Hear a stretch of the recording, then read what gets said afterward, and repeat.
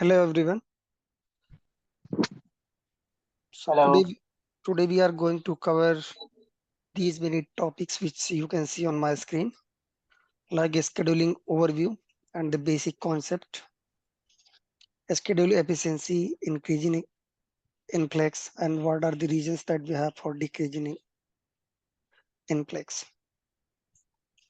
So before starting anything, just wanted to confirm that the data I'm going to use on today's session that is not related to any particular organization. This is just based on my personal learning and experience. So first of all, want to confirm from you all that how many of you are fresher in scheduling and working as an RTA? I'm working as an RTA. Sunil this side, I'm also working as an architect. Okay, Dharmel this side. I'm Faisal, working as RTA. okay. So what my expectation from you all, please speak so that I'll be motivated to describe the things. So we are going to cover these many topics and here we will learn the things from starting. Why we do the scheduling and what are the basic things which are required. Okay, so can anyone just come up and tell me that what is scheduling?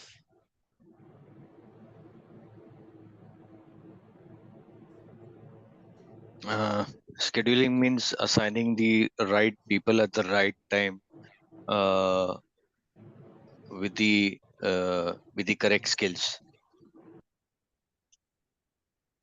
Yes, that's correct. Is there anyone else who wants to speak something else or something?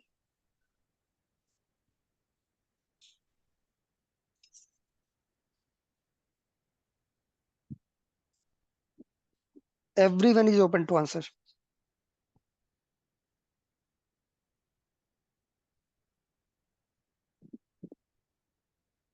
Okay, so taking your silence as none.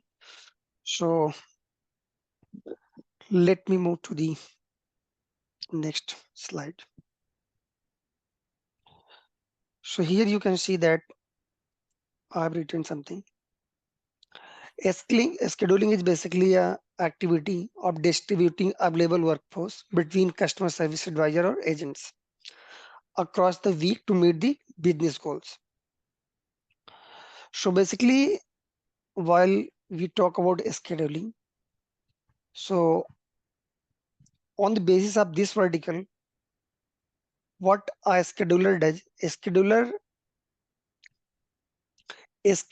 agents by keeping the skill set and workload in mind. So whenever we talk about the schedule, a schedule defines shift start time, stop time, and week offs, lunch break, offline activities, right? So let's suppose I'm working for a particular process as an RTA. So there we get some schedule for the agents. Based on that, we prepare the attendance and all, right?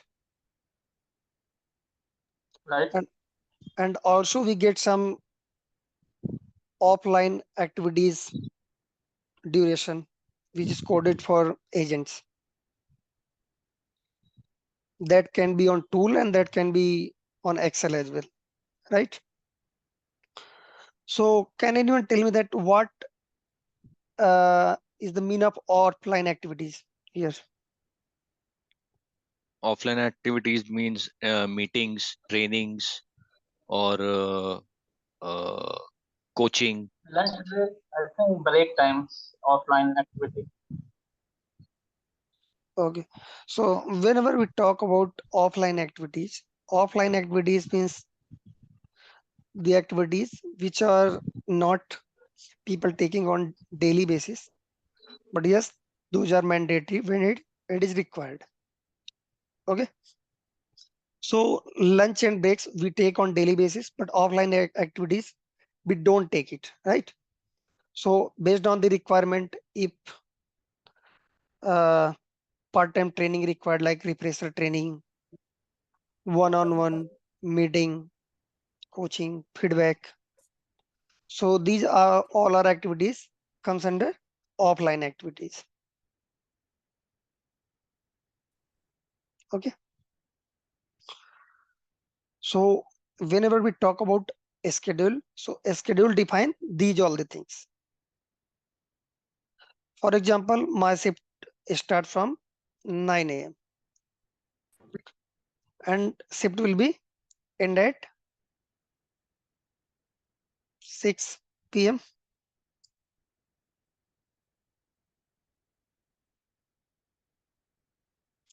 So between these 9 hours,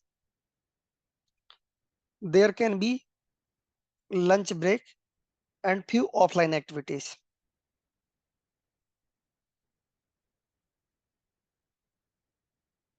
But yes, while we are plotting offline activities, we always keep in mind my business is not being impacted. How? We will discuss that further. So here the note point that we have, a schedule can be unique from day to day, be copied from previous week or in custom pattern. So for a particular agent we are talking about here, we can copy the agent schedule from last week, and my agent is Monday to Friday. Every day can be in different shift. Okay. So it's totally depends upon a schedule constants. I hope so far everything is clear to everyone.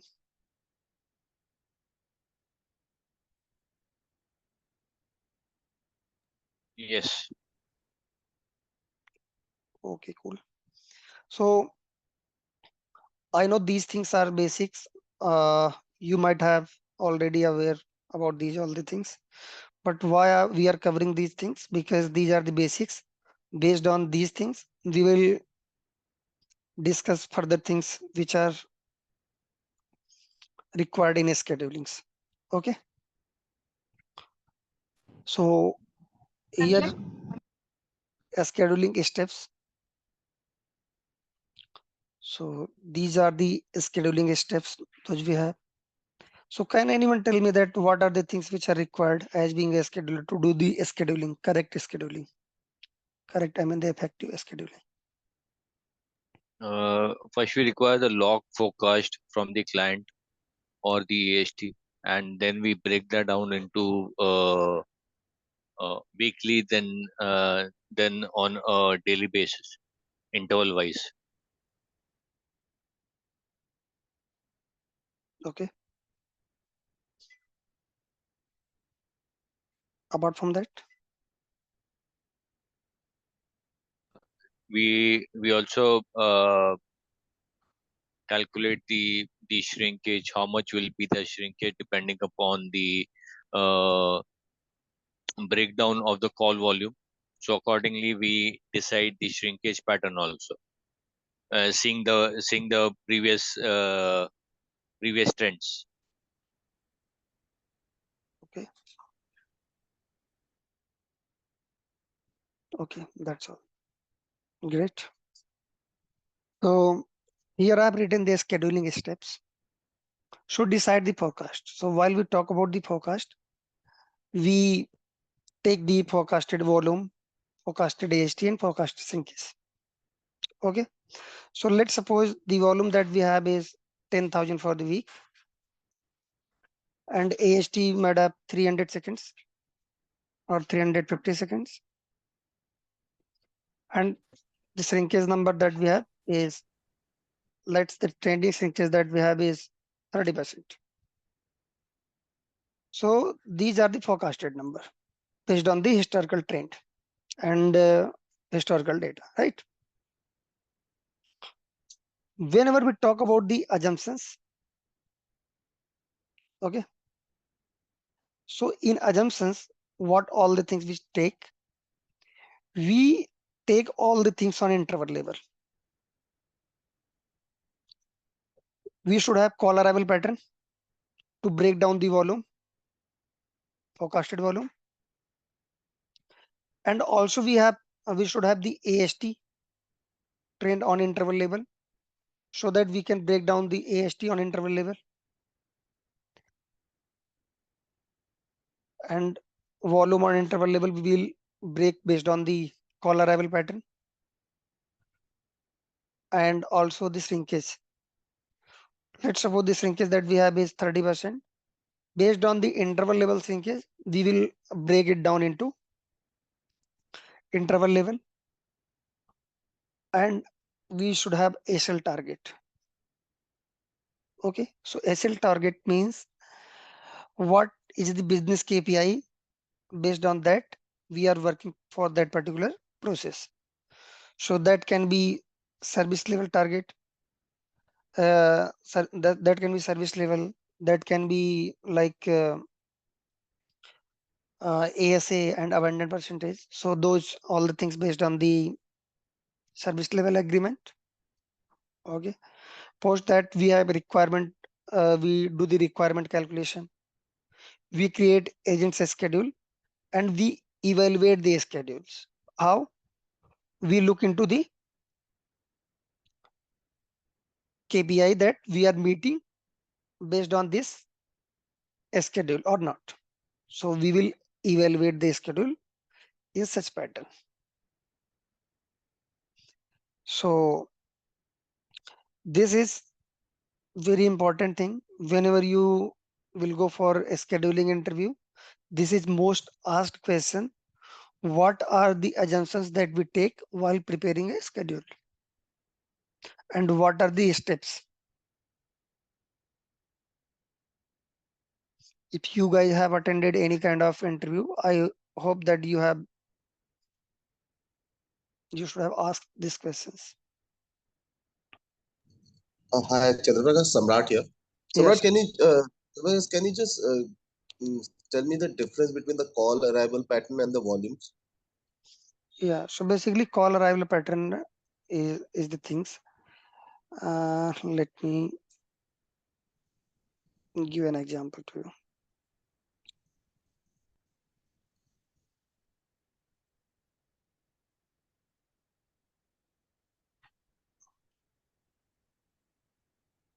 Let's take 18-hour window. Okay. So let's suppose my process is running for 9 hours only. Okay.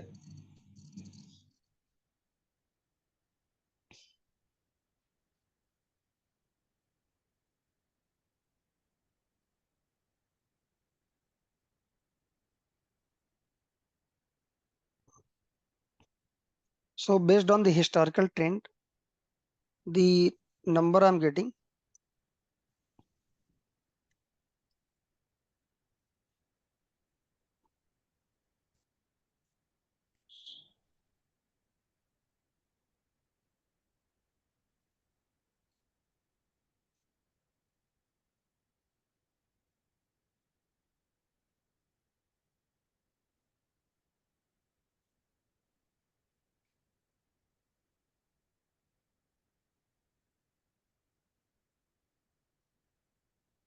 okay. So this is the average call that, like, let's suppose I'm taking a call arrival pattern. To create a call arrival pattern, I'm taking last 6 weeks data. So based on last 6 weeks, if I'm getting the average call for the particular interval 13, 18, 10, okay. So this is my Okay. call arrival pattern. And let's suppose based on this, if I want to break down my volume, ये दोनों चीजें मुझे विष्णु से इस inhaler के बिना मनु एक दिन नहीं रह सकता तो जिसने भी उसे उठाया है उसे ये चीजें खरीदनी पड़ेंगी इस शहर में रात में कितनी Okay. मेडिकल शॉप्स खुली हैं? And my forecasted volume is 1000 for a day. Medical shop से इस इनहेलर के साथ इस दवाई को किसने खरीदा पता नहीं। ये तो हो जाए सचिव अब परिकल इसे मैं अपने ग्रुप में शेयर कर तू भी अपने ग्रुप में फैला दे सबको काम पे लगा दे। So this is my volume. Okay. So based on this call arrival pattern, I'm breaking my volume. क्या बे इतनी रात का सुनो मत तू भाई गनी ने ग्रुप में एक फोटो डाली It will be for the 6 weeks, correct? Vivek Kumar and सम्राट सिन्हा, प्लीज अपना माइक बंद कर दें यार। जो दवाई है उसको तो एक साथ लिखा I'm तो उससे getting background noise from something. क्या है वो मैं लिख के बताऊं Yeah. So basically, this is my call arrival pattern, and this is my शहर में हमारे बहुत सारे volume, which I have breakdown based on the call arrival pattern.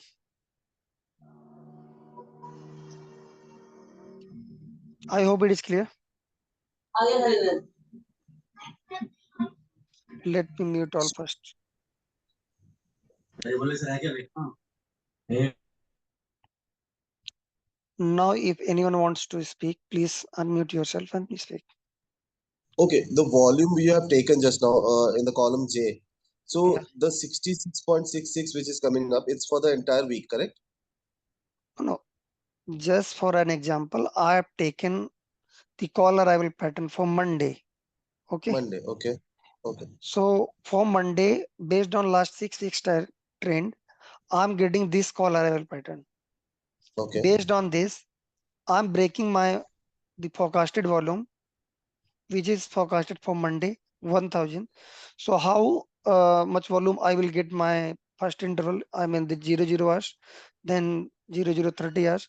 So this is how I will distribute my volume. So you have asked that what is difference between call arrival pattern and volume. Yes. So volume Yes. is my forecasted volume, and Okay. the call arrival pattern we are talking about, that is based on the trend, the number that we are Okay. getting. Based on the weightage of that particular call arrival pattern, we have distributed our volume. Okay. Thank you. Okay, welcome.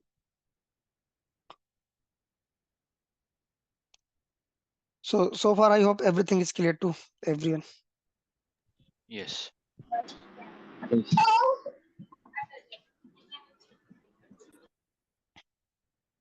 Okay. So now moving to the schedule Inflex. So here a schedule Inflex is basically variance against the requirement. Okay, and in other word, we can also say like it's wastage of resources. So the formula that we have for a schedule Inflex is equal to required minus schedule open divided by required. So let's suppose to handle a number of volume, we are required 10 people. Against 10, we have plotted 15. Okay. So in 15 people, we have synced like in office 15% and out of office that I have taken is 17%. So after applying these syncages, the on phone number that I'm getting 11 hours.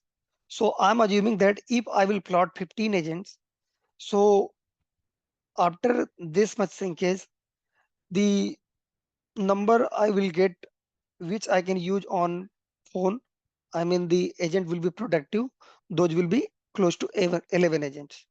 Okay, so here I have calculated the inflex percentage. So always I will take the value, I mean the variance in absolute. So I have taken the absolute variance and I have divided by the required number. So let me show you.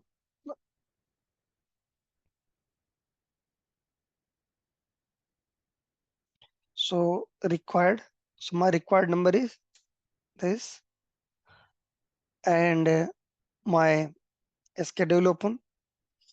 So this is my open schedule. and again I have to divide it by required. So this is my required. So here I'm getting in minus. So in the starting I have described that we will take this number in absolute. Okay. So this is my inflex percentage. I hope you guys have heard about inflex. Yes. Yeah, this means we have scheduled more people than required, right? Right. Less or more, both can be there.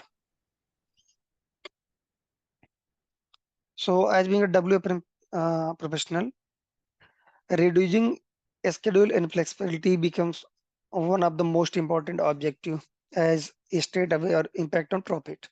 So if I have a schedule less agent, I will not be able to meet the business goal. That will directly hit on my revenue. If I have a schedule more agents, so that will also hit on my cost, which I'm paying to the agent, right? So we will have to look in both the things. A inflex should not be higher.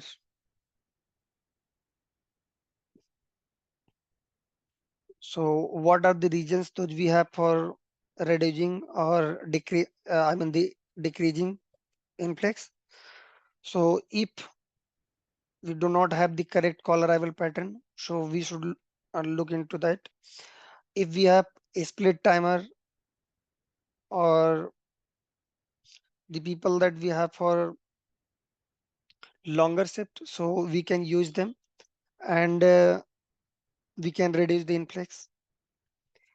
And also if we have freedom to sacrifice the service level, let's suppose within 9 hours window we have two intervals which where I can see that we did maximum stopping.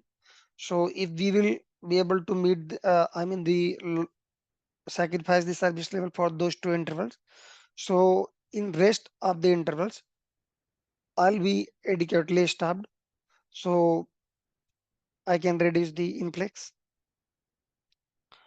And over time in few of the process you see that we do not have overtime, we cannot offer the overtime to the agents. Also we can adjust breaks, meeting and lunches,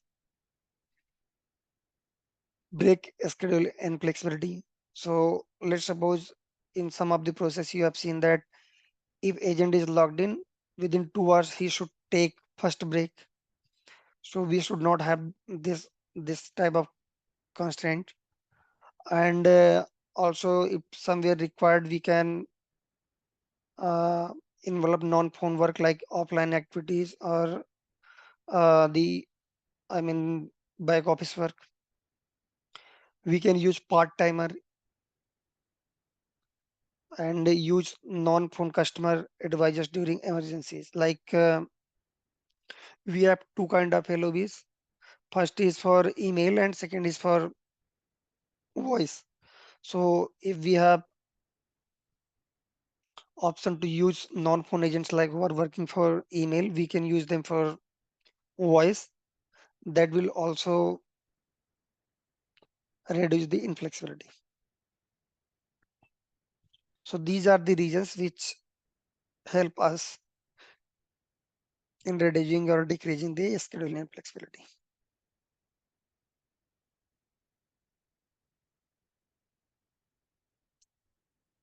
I hope it is clear. Yes. Chandra, can you change the schedule number from 15 to 9? I want to see the inflex percentage. So you want to see the time.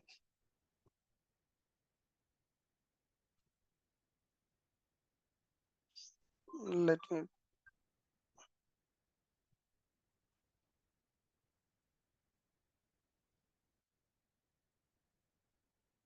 If it is 15, you will get a friend.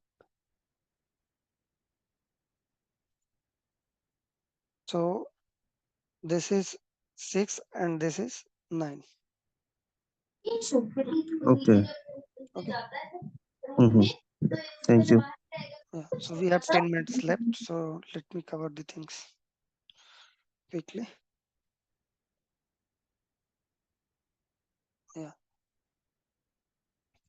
So here I've written the factors which decrease the schedule inflexibility. Let's suppose we have fixed length, shift length of the advisors, fixed break, operating hours constraints, consecutive week ops, consistent start time through the week, transport cap timing constraints, team-based scheduling, not having part-timer or split timer. So if we have these constraints, so we cannot do the efficient scheduling. So these are the factors which increase the scheduling flexibility.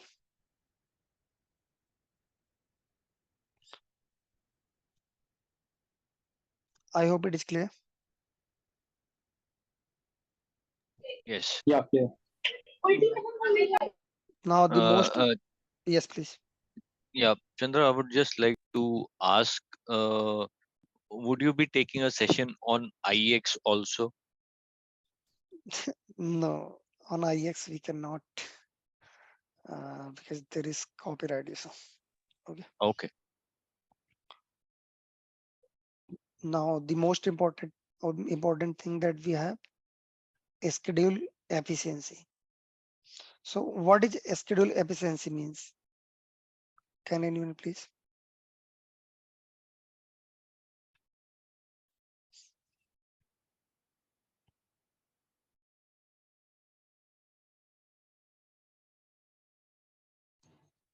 To meet the target which client has assigned us, like maybe the client has assigned a target of 12 to 15 heads, and we are matching that heads 15, 100% matching. Great. So basically, a schedule efficiency means how much agents a schedule matching to the requirement. Okay, so what is my requirement and how am I scheduling? What open number I'm getting post engage. Okay, so a schedule efficiency means just 1 minus a schedule inflex.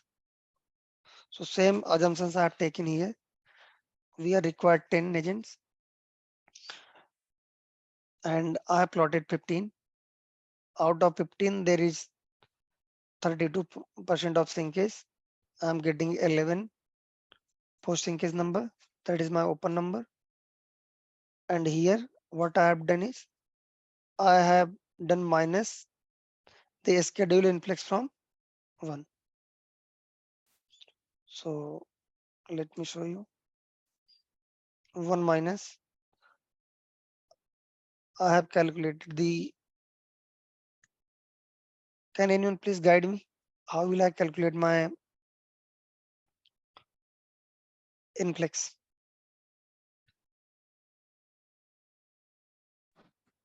Schedule minus requirement. Open minus required.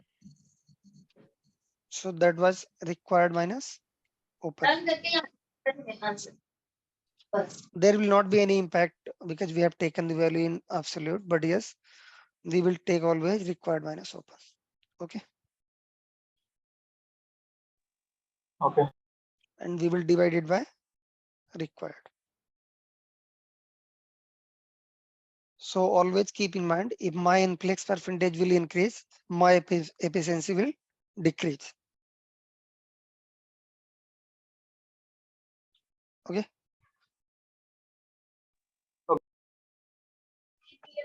Cool, cool. And this is most asked question in the interviews, like what is inflex, what is schedule inflexibility, what is inflexibility, shift inflex.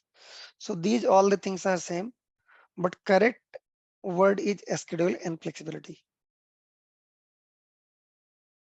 Okay. So also in the starting I have described, let me show you. A schedule inflex is a variance against the requirement. Okay. So variance is inflexibility.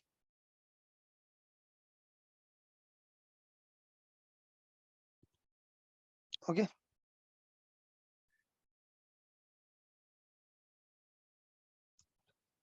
And if we have extra staffing only, so we can say that it's a wastage of resources.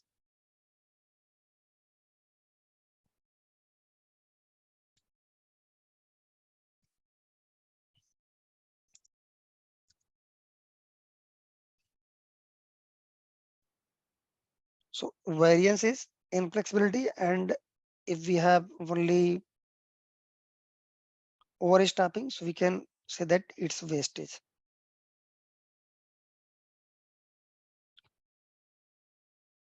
And if we are dividing the my like this is my required number and this is my schedule. So also if I'm dividing this by this, so this is I'm getting the accuracy of the schedule.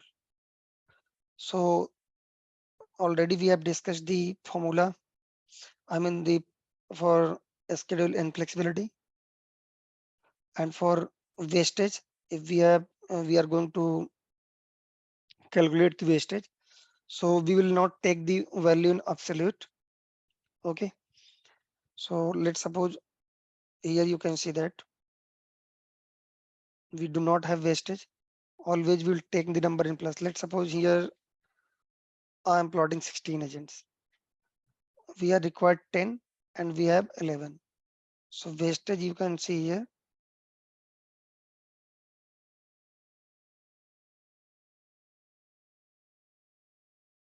Required minus open divided by required.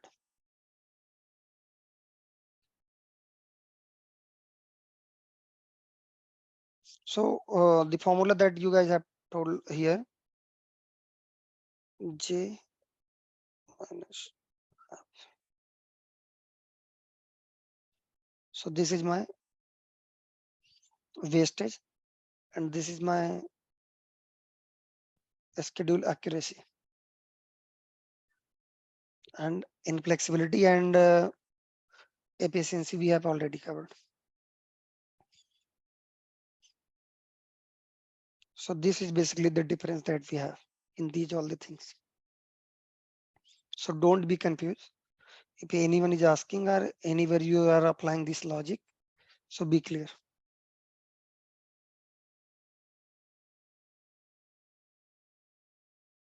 I hope so far everything is clear to everyone. Yes. Yes. Yeah, so basically the main motive was for this session. Our basic concept should be clear so that going forward, all those things we are going to cover, everything will be more clear. Okay, because from next week onwards, we will be covering the practical things in scheduling. We will like cover how do we break down the volume. Okay, and we will learn the formula as well, and how we calculate the requirement. First of all, we will in cover in 2 or 3 sessions, step by step. After that, once these all the things are completed, we will plan a session and there we will do all the things together. So that will be more effective too. Sure. That will be Because more helpful. yeah, because in previous scheduling classes, what I have done, I created a template by my own and I described in the class. Okay, but now what I am planning, I will create a template in front of you on live classes, so that logic will be more clear to everyone. I hope that will work. Yeah, agreed. Yes, very much. Yes. Because our main motive is learning, right? Chandra, also you can take the session on IX. But that is